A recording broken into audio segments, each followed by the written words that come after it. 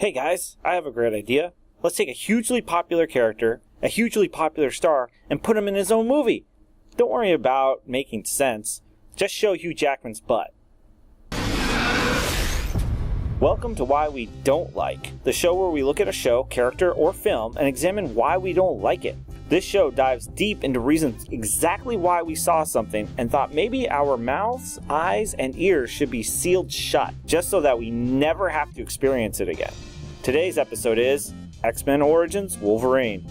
This was supposed to be the start of a series of films, one that included Magneto's origin, but Fox wanted to kick it off with the character that people are most intrigued by, Wolverine. He was by far the most popular character in X-Men and the most popular actor in Hugh Jackman. So why don't we like it? Part 1. What was Part 1 again? Wolverine is an origin story, but it's not done well. I have no problem with origin stories. Last week I praised Wonder Woman for its origin story. The difference is character arc. Wonder Woman shows us how Diana changes and enters the world of men, and also how she feels about human beings in general. Wolverine starts off with him murdering his father. He's an animal at the beginning, and he's an animal at the end. What the film misses is what makes Wolverine's origin interesting, the mystery from his memory loss. Memory loss films and storytelling are interesting, and they aren't new. Look at Memento, The Bourne Identity, or The Hangover. What makes memory loss stories interesting is that it asks this question: do people's memories make them who they are, or do they have a choice to change? And we, the audience, get to explore that. It's nature versus nurture and self-discovery. Is Jason Bourne a stone-cold killer, or does he have a choice? Is the main character in Memento trapped with his memories and revenge obsession for his wife?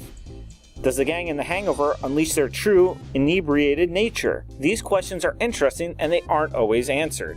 X-Men Origins Wolverine never dives into any of those themes, which gives it a very flat main character. Logan never has to deal with his memory loss or go through any self-discovery. He is who he is at the beginning, and he is who he is in the other X-Men films. There's no depth to him. It was a blown opportunity by the writers not to explore that side of Wolverine. Amnesia and memory loss stories are also about ourselves. We are trying to find out who we are, and by going on this journey with a character, we also find out who they are as well. In X-Men Origins Wolverine, we join Logan from the beginning, and the most interesting part about the character, his memory loss, is pushed away for a traditional narrative that tells us everything and leaves nothing. This also takes out the tension. We know none of the main characters, Wolverine, Sabretooth, and Stryker, die because they're in other films. Part 2.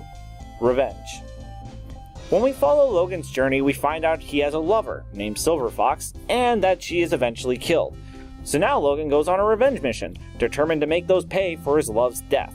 Some anthropologists and scientists argue that revenge is part of our human nature. As University of Utah professor Elizabeth Cashton argues, violence, reconciliation, and cooperation are all part of human nature.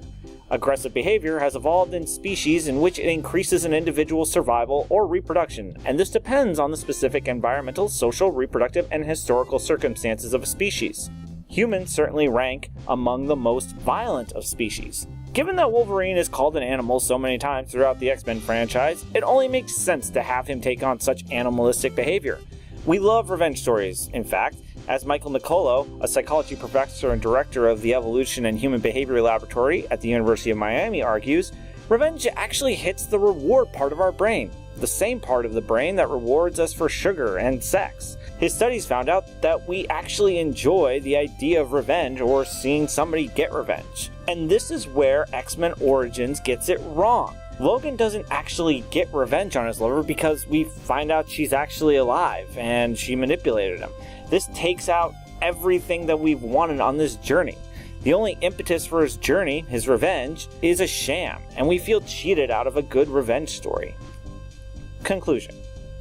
Besides the sloppy storytelling, the shameless crossover characters, and terrible writing, X-Men Origins Wolverine fails to deliver on what it tries to be.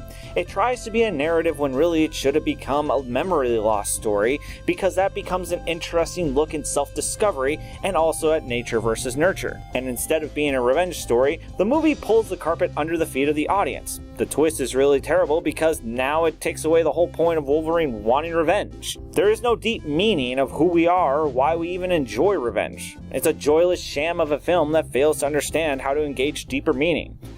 That is why we don't like X-Men Origins Wolverine. What did you think of X-Men Origins Wolverine? Did you like it? Did you not like it? Leave a comment below. And be sure to hit that like button, subscribe for more videos, and if you want to check out more episodes of why we like and why we don't like, click one of the videos here.